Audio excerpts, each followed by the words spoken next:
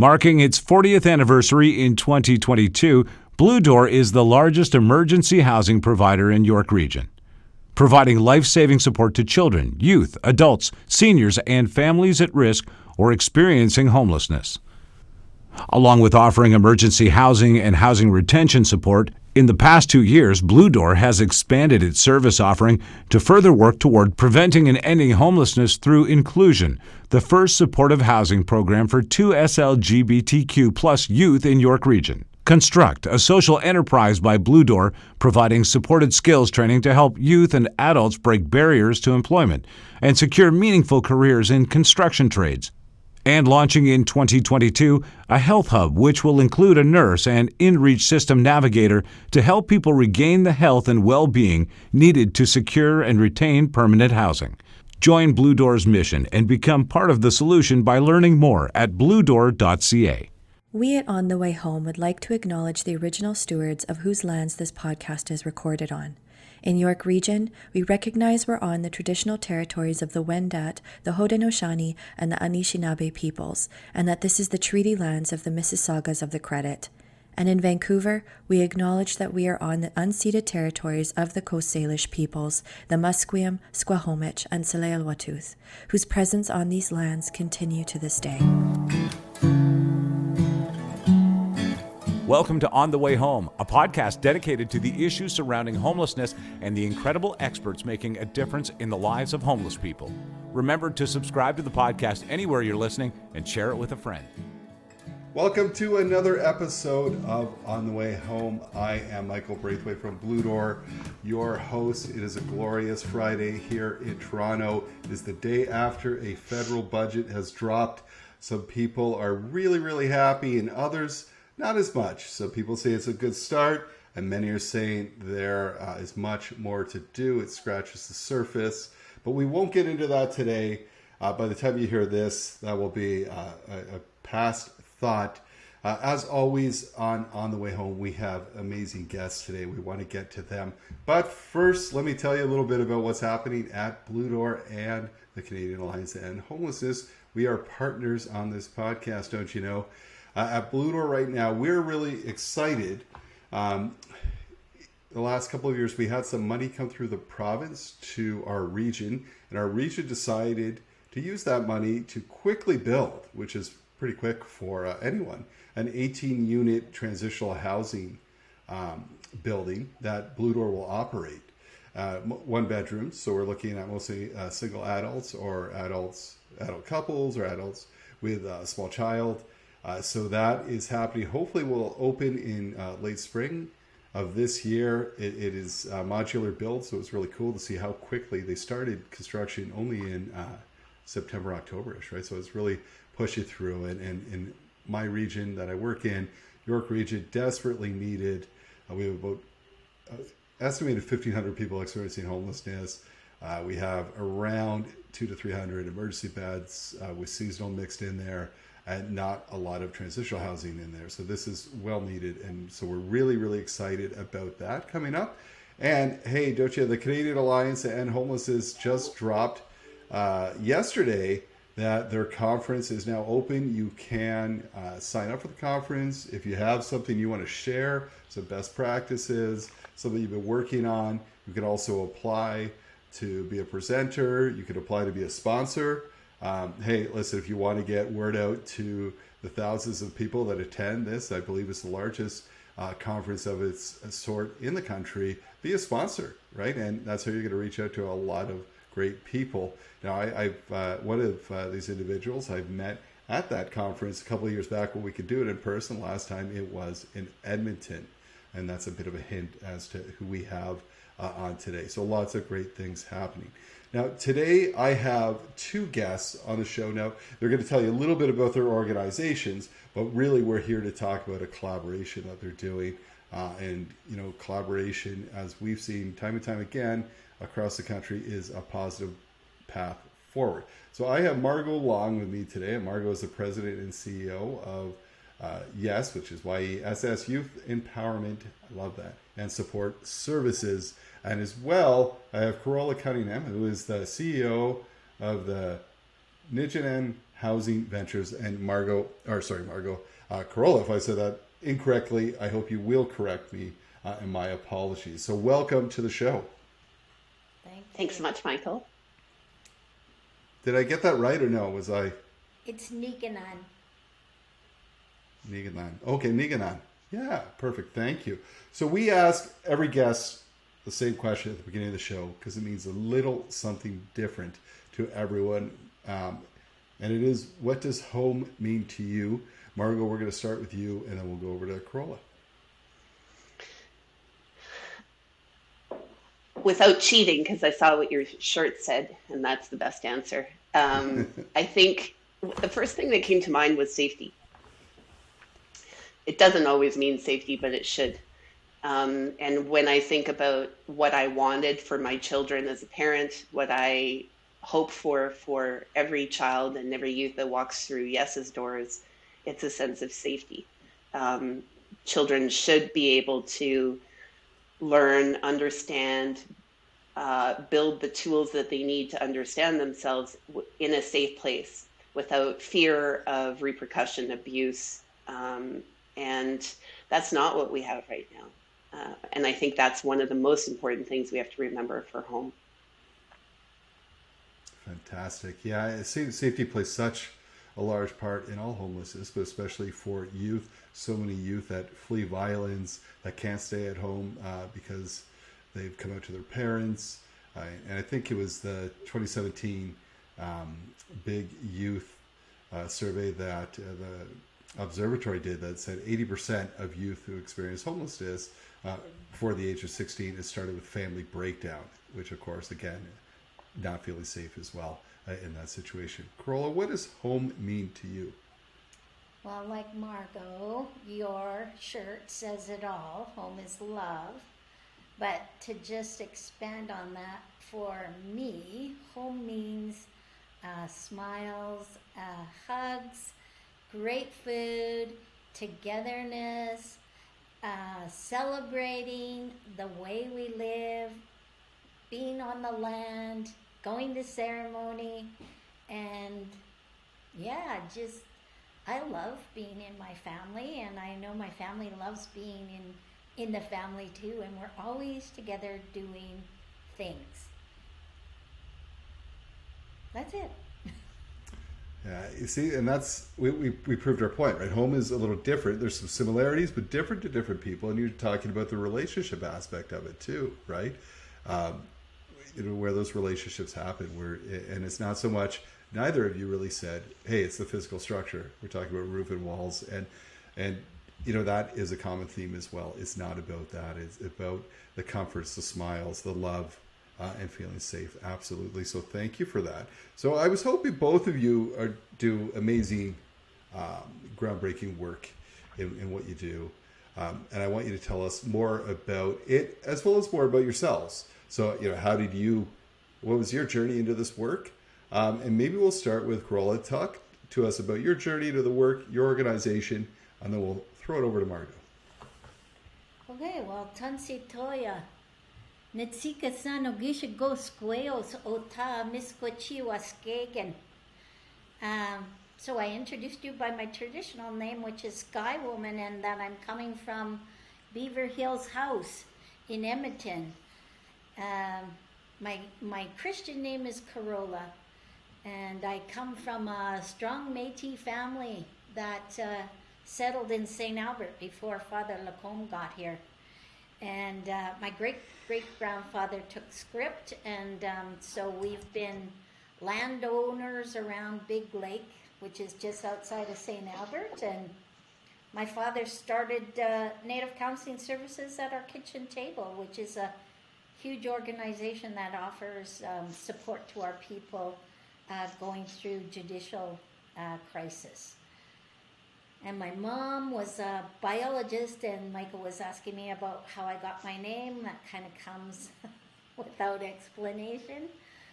And my grandfather was a grand champion Red River jigger. He jigged for the Queen 2 times, so he was pretty famous. And he could speak 7 dialects, so Blackfoot, Cree, Deneta, Chip, and French and English. Yeah, so he was very well versed. I used to use him as a court worker to do a lot of interpreting for me. So that's where I come from. Those are my roots. Because of my family's roots, it led me into the work that I do. We've always sort of been a family that has been a liaison between First Nations and the colonizers, I'll call them. Because often what's happened to our people through the years of disruption is that we don't have the greatest of relationship with the Western society. And I want to say that things are improving, and I want to say that I feel like the red people are finally becoming equal in that medicine wheel. At least that's what we're striving for. And my career, I don't want to talk about my career like it's too long, but I will tell you about my career at Niginan. I started Niginan organization.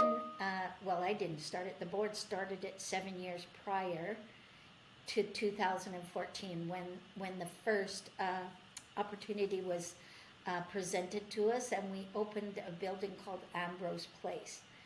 And the reason we opened that is because there was a huge disconnect between our people, Indigenous people of Turtle Island, and the rest of the housing sector.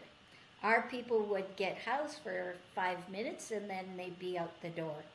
And a lot of it had to do with a lack of understanding of how we actually live and relate to one another. And so that's how Niginan came to be, because 7 tenacious women said, we got to make a difference. Like, we got to provide a home for people that can't be housed. And it needs to be for our people. So I was hired when the walls were just going up. And so I was able to design a program that's considered gold standard in permanent supportive housing nationally now.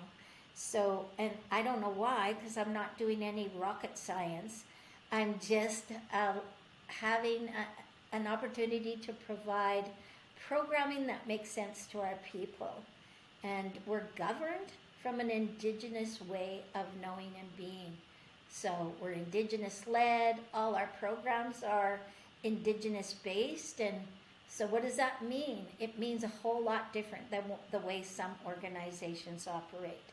When I say we're governed by natural law, the first thing we have to think about in the way we treat people, in the way we develop programs, in the way we interrelate with the rest of the world, is we need to be kind. Kind is just like home is love.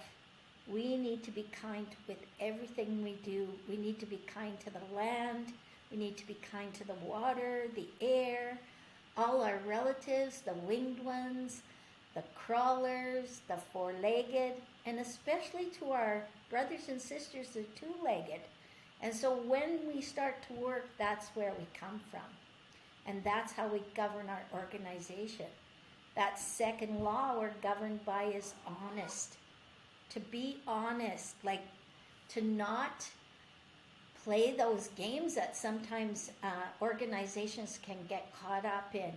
And to not play that game of, I'm going to do a better job at this because we're vying for the same dollars. I need to be honest about what I'm doing in the work that I'm providing. And I want to be honest with my partners, and I don't want to ask for money that I don't need. I just want to ask for what we need to be able to do our job. Our third law is sharing. And you know, if you ever come to any of our ceremonies, you'll hear those old people say, share your life so that people can live. Well, what does that mean, share your life? It means share your kindness and your honesty, share your wisdom, share your knowledge, share your way of being, share everything. When we share with one another, when we collaborate, when we come together, boy, we got an amazing project. We have an amazing world we can live in. And that fourth law we're governed by is strength, determination. And, Michael, when I first started in this initiative, I had to really act like that Pascual Mustus, that buffalo. I had to put my hooves down and say, we're doing it this way. We're not doing it your way. It doesn't work for our people. We're going to do it the way I see, the way I've been taught, the way our people live. And we're going to decolonize the approach to housing for our people, because that's what we need.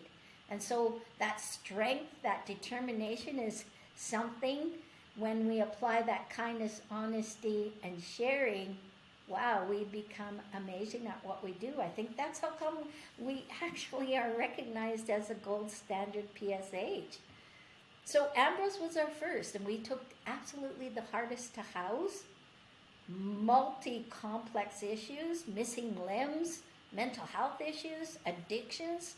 Like, to get into our place, you had to be in bad shape, which is sort of counterproductive to the way most people fill their houses. But you know what? We don't, we rarely evict people. Most people leave to a higher level of care or to the spirit world.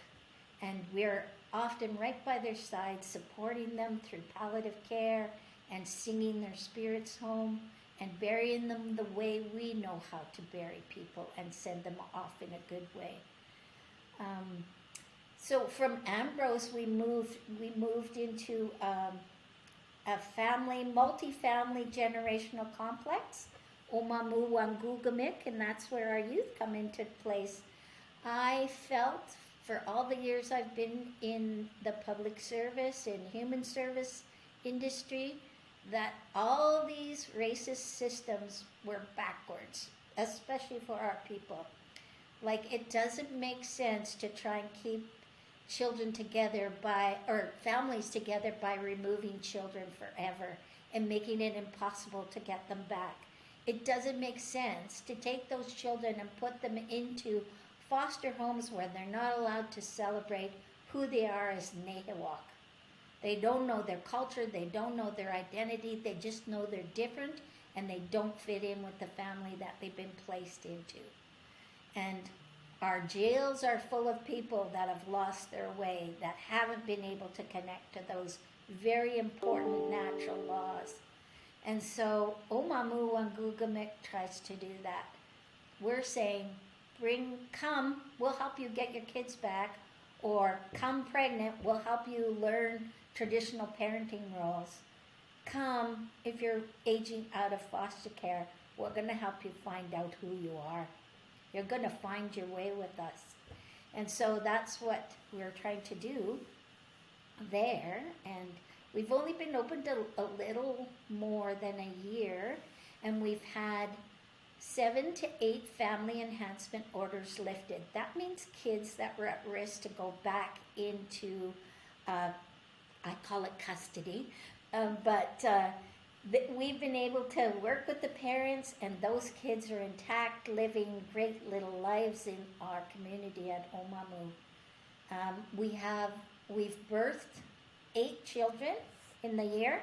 We've had 1 wedding, and we've had youth start to get out on the land and understand what it is to be Nehewak. I feel like I'm taking too much time, so I'm just going to say 2 more things. We started the Sands. The Sands started as a transitional housing because of how many people ended up becoming homeless because of COVID. We did such a great job at that. We applied for federal money. We're now becoming a PSH with 30 beds, continuing to do transitional housing. And we're looking at another site, MacArthur, that will house permanent supportive housing. So you can keep asking me questions, but I'm going to stop there. I want to give Margo a chance to talk a little bit. Well, Carola, if that is not gold standard, I don't know what is. So definitely deserved. So thank you so much for that beautiful story. Thanks for sharing. Margo, what can you tell us about yourself, your journey, and your organization? Yeah, that was incredible, wasn't it? I took notes, Carola. things I need to remember. My background, I'm also from Edmonton, Treaty 6 territory. I'm born and raised and honored to be connected to that land, and the river is my favorite. I'm a fourth generation settler, and my family spent a lot of time coming up just south of the Coos border into Alberta. So we're pretty strongly rooted in Calgary, High River, and now Edmonton. I don't have a background in social services or in youth homelessness other than being a parent of 5 kids and with my own sort of history as being a kid in institution, hospitalized. What I do have as a background, weirdly, in anthropology, which is a whole other podcast, and then business and marketing strategy. And I came into this space looking for the ability to make change happen and to align better with my values, and learned a lot in this space. Learned that, again, another podcast around the false premises that we put on not-for-profits. And Carola alludes to this, and this is where the youth agency collaboration comes in around, it's not a business, we need to collaborate. And we need to understand much more about what we're doing in social services as groups together in terms of what we're trying to solve. It's not strategic. So I come in with a strategic lens and a lot of just learning from the experts around me. Yes is an organization that exists.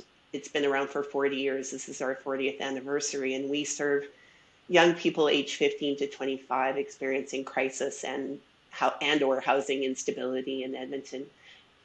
We have a 24/7 diversion shelter, as well as supportive housing and a drop-in resource center, and we work directly with Niginan. I can say that Ambrose Place feels like home. I love walking in that building and seeing the family feeling, and so it feels pretty great to have these relationships with other organizations in doing this work. And so we see about 700 youth a year, if 100 staff, and we're only in a small part of the city, so we're still only serving a small percentage of what we see within the city in terms of need. Awesome. Well, you're both doing such great work, and it's so interesting that you mentioned when what actually makes a home. I think back years ago, if you're talking about housing for youth, people would wonder why when you put 30 bunk beds in a concrete room, which if I said that to someone, what is that? They'd usually say, well, that's prison. Not where a youth should consider home, right? So it makes a difference walking into a place and saying, oh, this feels like someone's house. That's how it should feel, right? Absolutely. But you're right. That is a whole other podcast to talk about. You talked about collaboration. Listen, we are way stronger together. And if I'm picking up what you're putting down, sometimes we're actually pitted against each other. And I think Carola said that too. Hey, let's all fight for the funds because we want to survive and do that instead of working together. And sometimes that's government saying, hey, strongest survive. But you have chosen the path of collaboration. Let's talk about the youth agency collaboration. Margo, maybe you could talk about how did it come about, who's involved, and then we'll go to Carola. You would talk about how, because you've just been involved recently in how, how you've been involved in how you got involved. Yeah, thanks, Michael. The youth agency collaboration came about. It started as an idea in 2017, and I think the first important piece is this isn't new. As there have been, as I keep learning, executive directors, leaders of organizations trying to collaborate for a really long time. And often what happens is they're exhausted and beaten down by a system that makes them compete against each other. When I came into this space, one of the things I realized is they, yes, had apologies to do. As an organization, we were territorial, we were protectionist, we were aggressive in our either pursuit of funding or in our defensiveness to funders or other organizations. And we had an attitude of, screw you all, we can do this ourselves. And I think the system inherently creates this. I think that needs to be very clear, is the way that our funding is often set up creates a landscape of competition with organizations that aren't selling commodities for profit. This is not, while we run efficiently and you'll see some of the most entrepreneurial leaders in this space, there is a false requirement that we do these things for free, without a lot of pay, without the input that's allowed in business. And we're expected to compete against each other and show how one is better than the other. And we're not doing this for profit. We're doing this to serve the local good and to serve young people. And with youth agencies, we also notice that youth walk between our buildings constantly, literally and metaphorically. And we don't share our data, we don't share our practices, we don't share their stories. And we know firsthand from interviewing youth and staff, we know that they're asking us, get it together. Can you guys talk to each other? I don't want to have to retell my story. You're the grown-ups, you should be able to work together. And so, we're in a system of competition, of hot potato, I saw, oh, it's now with this group, so they're going to screw it up. It's not our problem. It's over with the government. It's with children's services. And so the gaps that young people were falling into were created by us and by this colonial system that believes that the organizations and the government know better than the youth and the youth workers, and a system that also creates outcomes based on either short-term political views or by people who do not have frontline experience or lived experience. And so we've got this perpetual system, from my perspective, that isn't strategic, is looking at symptoms as well, the things that society doesn't like to see in our city, as opposed to what is the root cause going on in here. And it's pitting us against each other without any sort of strategy within the city. And so as we started talking about this, I met with at that point, I met with a lot of agencies, apologized for being the, jerks on the block, and talked about what we were seeing in terms of, one, a lot of us, yes included, were really focused on making these kids taxpayers as quickly as possible and not looking at root cause. Why are they not safe? Why are they leaving home? And it's family breakdown, it's community breakdown, it's system breakdown. Somewhere along the line, it's not safe for them, whether that's racism from the community or in school, or their parents not being able to handle mental illness, or the fact that they're into, 2S LGBTQIA plus spectrums. There's so much going on there that we're not identifying.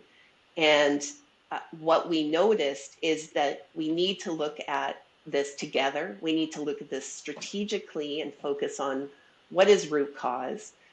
As far as I can see, Indigenous programs, communities have been doing this work for 20, 30 years already, and we have a lot to learn around how to overcome some of the childhood trauma and some of the cycles that we're seeing.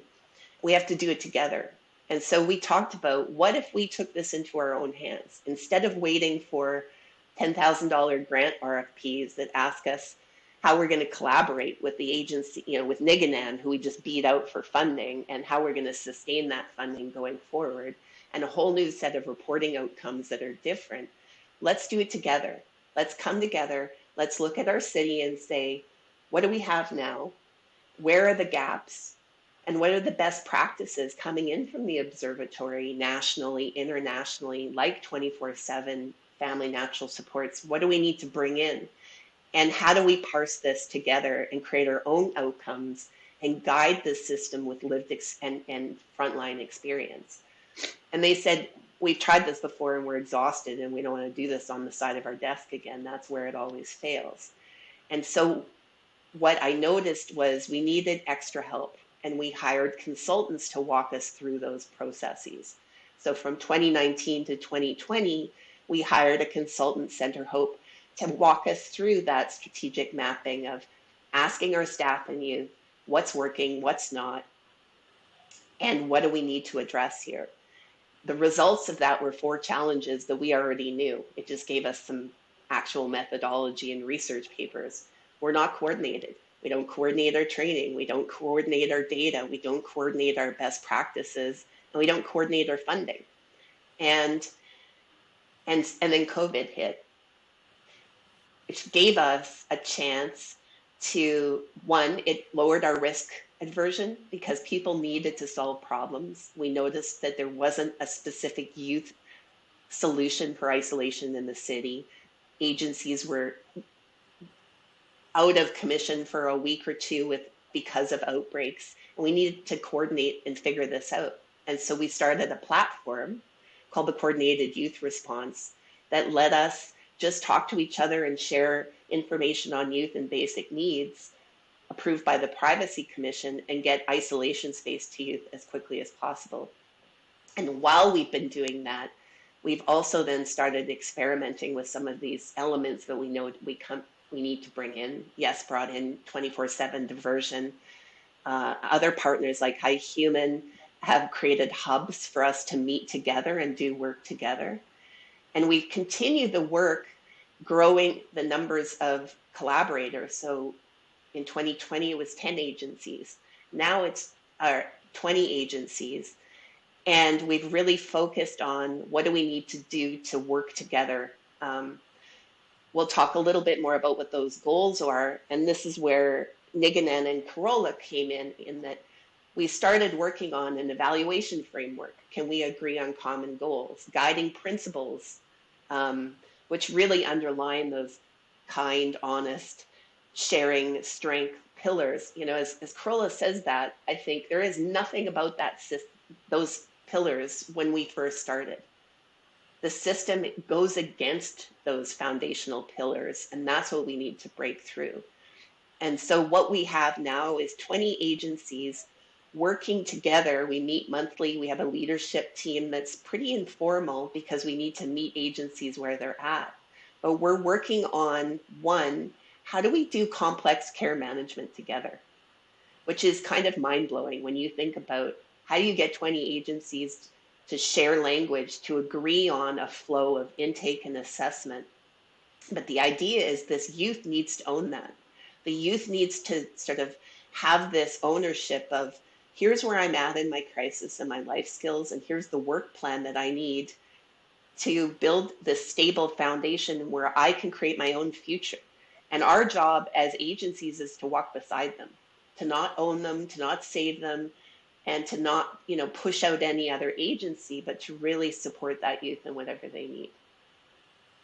That was a lot too. I see it's easy, Carola, right? You just start talking and then I can't shut up. When you're passionate about something, it shows, and you both definitely are. So keep talking. Carola, you recently, it's been about a year, I think, that you got involved. Can you talk about how you got involved and what has the experience been like? I think because we moved into providing care for youth, we were invited to come to the table. And I thought, I so want to be at this table. And I have motives behind wanting to be there. I am so sick of non-Indigenous groups applying for Aboriginal dollars, hiring a token Indigenous person to provide Indigenous learning and being, and yet they're confined and constructed into a very colonized process. And I think, why are we doing this? Why aren't we as Indigenous people going to these agencies and saying, look, we know you don't know anything about a chicken dance. We know you don't know anything about a fasting lodge. We're going to invite you. We're going to bring you and 5 of your youth on the land with us to understand what those natural laws are really about, to get you thinking about how we work and how can we collaborate in an effective way that keeps children, because these young people are still children. They need love, they need support, they need guidance, they need to hear their language, they need a cookum, they need a mushum, they need a nakawas. They need aunties, uncles, grandmas, grandpas, is what I'm saying. And they need that wraparound support. Otherwise, they're going to continue to fall through the cracks and hit the street and spiral down. That by the time they're 40, I'm looking at housing them at Ambrose Place. And I don't want to do that. I'm sick of the way systems handle broken people. And so let's sit down and talk how we're going to work this. Because the majority of the youth on the street are Indigenous. Please allow Indigenous people to be forefront in helping you develop a proper case plan for them, hooking them up with the right nations, communities, families. I think it's going to be a win-win situation if we really work hard together, and maybe together we're gonna change the system. That's my hope, and that's why I came to the table. Fix it. How's it going? I'm curious how we're doing so far. What was really interesting to me, the first couple of things that Carola said really made us stop in our tracks and realize, like, even intention doesn't override your colonial thinking. Like, you really have to stop and sit back and listen, because we had things like city model as our title. We're looking for the city model for the prevention of youth homelessness, which really becomes, again, within a colonial framework. She also said, slow the hell down. We need to build relationship, and we need to do this in ceremony. And that was a big lesson for me, as I'm a pusher, I'm a driver, I want a momentum. This is the way it needs to be. And that's great for an initial project.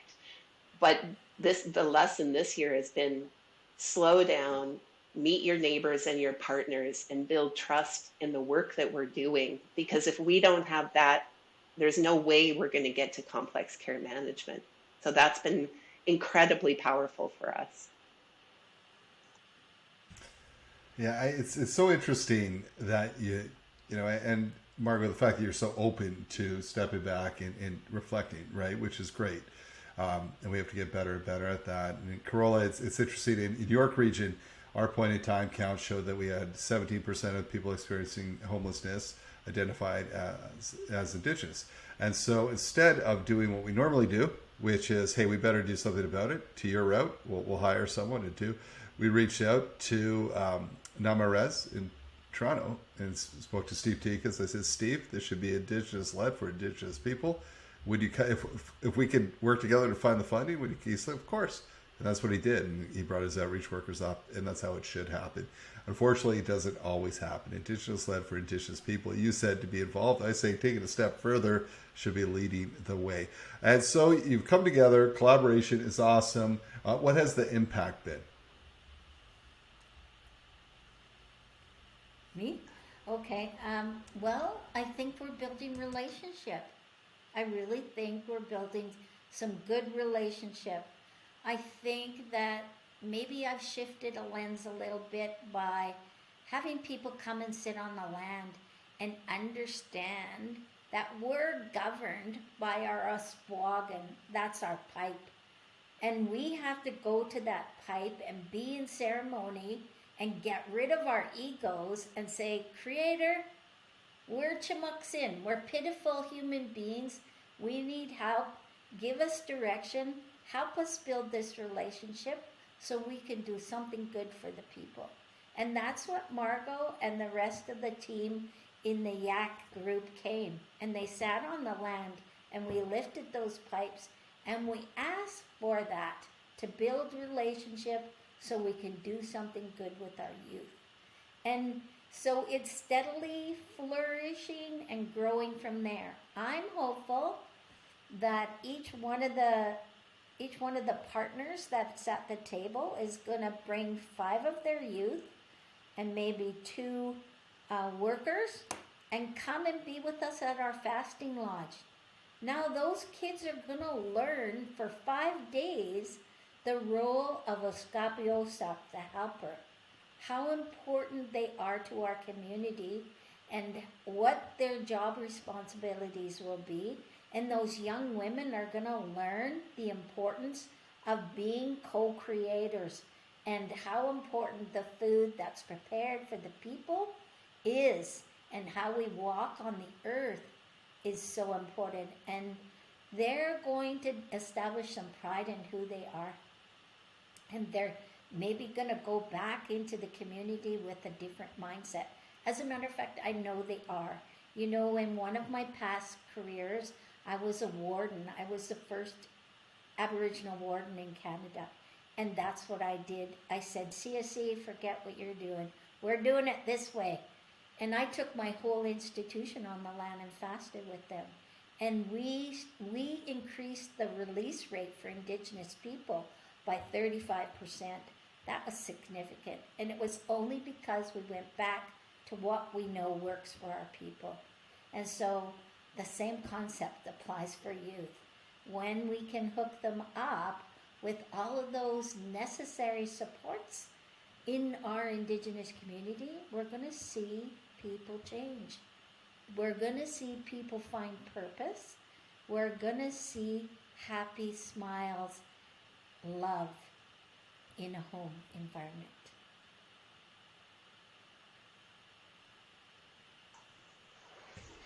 Carola's my visionary. She should just speak always about what we're reaching for. It's amazing. Well, what have you seen, Margo? So this is started with the pandemic, 2020. If you said, here's kind of our impacts so far, what are some big things that you're proud of to come out of this? I think, honestly, one of the most difficult things was getting agencies to trust our intentions of collaboration. And so moving from 5 organizations to 20 and really having that sense of trust that we're not trying to empower build. One of the tenets of youth agency collaboration is we're totally open source. We share policies, anything that anyone needs. There's no intellectual property, just how can we help and how do we support? I think just seeing people start to believe that this is possible and start to trust each other and showing how you model that, as Carola said, that part of this is reminding staff that other agencies are not our enemies, and that if there's something that goes wrong in a gap, lean in and have a conversation, call them up. You've just met them at pipe ceremony, have that conversation with each other and understand where the gap is instead of making this narrative of some group, screwed this up, which is often what happens in our agencies and in this sector. So I think I've seen, one, we're producing things. We're getting more focus on why it's important to focus on youth homelessness. If we look at the Canadian Observatory data and Stephen Gates, 50% of the adults experiencing homelessness were homeless before the age of 24, right? And those are the difficult, entrenched in cycles of trauma that we could really make a difference here. So why is it such an afterthought to focus on young people? And I think this collaboration gives us strength of voice to bring that.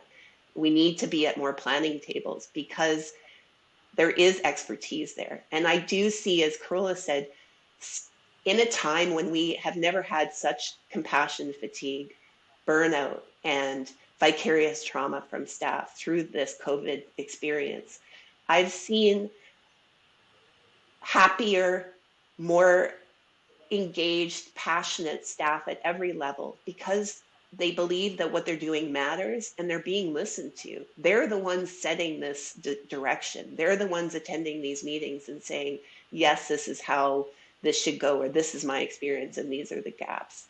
And so you're seeing a group of people who have felt hopeless for a long time with a different outlook of, we can do this together and we can actually make progress and we can help those other incredible systems that are doing this work make it even better. Well, and to add to that, just amazing. Now, please go ahead. Yeah. well, I just was going to say, sitting at the table allows me not to have to reinvent the wheel. and that I can take my youth to iHuman or Yes or wherever it is, and we can access their programs for our youth, and they can come and access our programs. That's the way we should be working.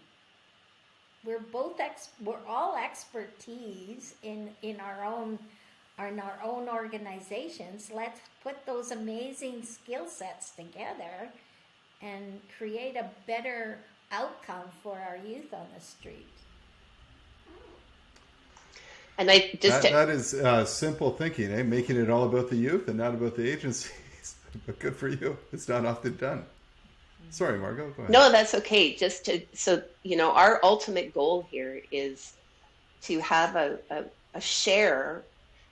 process of flow of complex care management where we have roles that we share across the agencies, that intake and that multidisciplinary groups with cultural, that look at the holistic youth and all of their needs to come up with that sort of case assessment based on outcomes we all agree on, and that we support the youth as they walk through this. The other part of this is mapping out our city first. It should be provincial because, again, one of the first things Carola said is, especially Indigenous kids, they don't identify as being from Edmonton. They connect with their family and the land, and they move a lot. And so this needs to be a provincial-wide system. But right now, can we look at Edmonton and Edmonton actually has a cool new city plan with districts that have 12 districts that you can travel within 15 minutes to get all your services. So it's a true way for us to look at how do we serve communities. There's enough money and there are enough agencies to do this work. There's more than enough work that we need. How do we just be strategic about in each district, what do we need? How many sleeping beds, 24, what kind of intake, where does the case assessment happen? And what are the types of housing? That final decision should be, where does the young person reside to do that work?